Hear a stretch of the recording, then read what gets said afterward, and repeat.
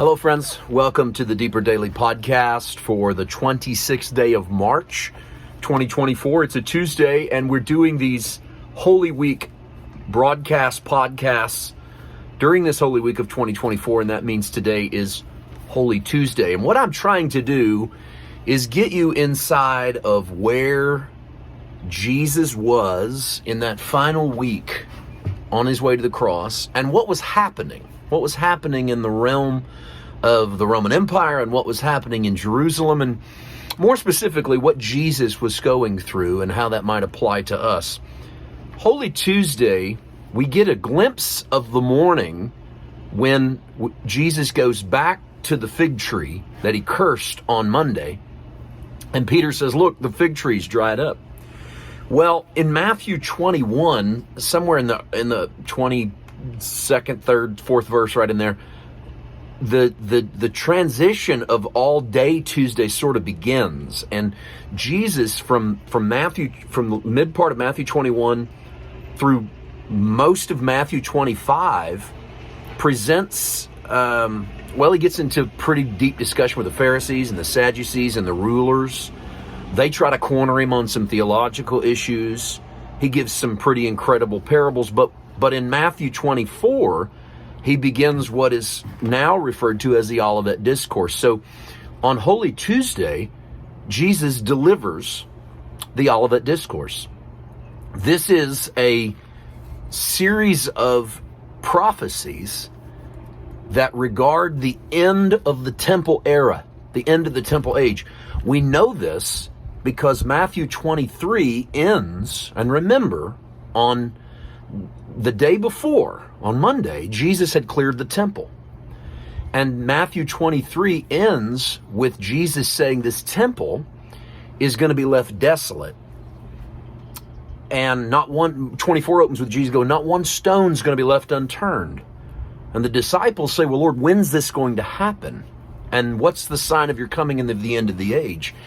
And Matthew 24, then Jesus gives all of these prophecies and then makes a very pointed statement in Matthew 24 and says, this generation shall not pass away till all these things be fulfilled, which means that Jesus is prophesying about events that would come to pass in the lifetime of those who were listening to him. And remember, he's just cleared the temple.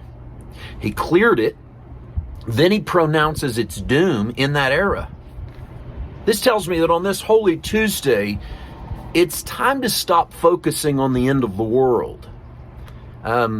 Jesus has spoke of the end of an era. It's time to start being the temple that we're called to be.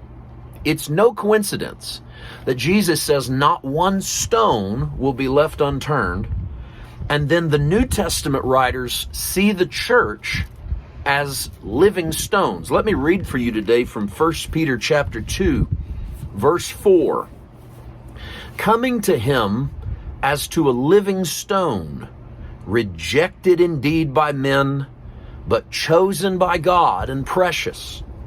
You also, as living stones. Peter says that you are a living stone just like Jesus is a living stone. You also, as living stones, are being built up a spiritual house, a holy priesthood, to offer up spiritual sacrifices acceptable to God through Jesus Christ.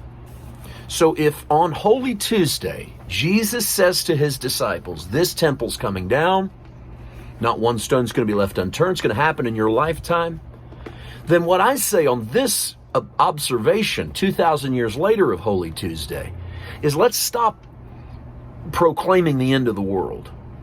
Let's stop worrying about natural temples. Let's start being the temple.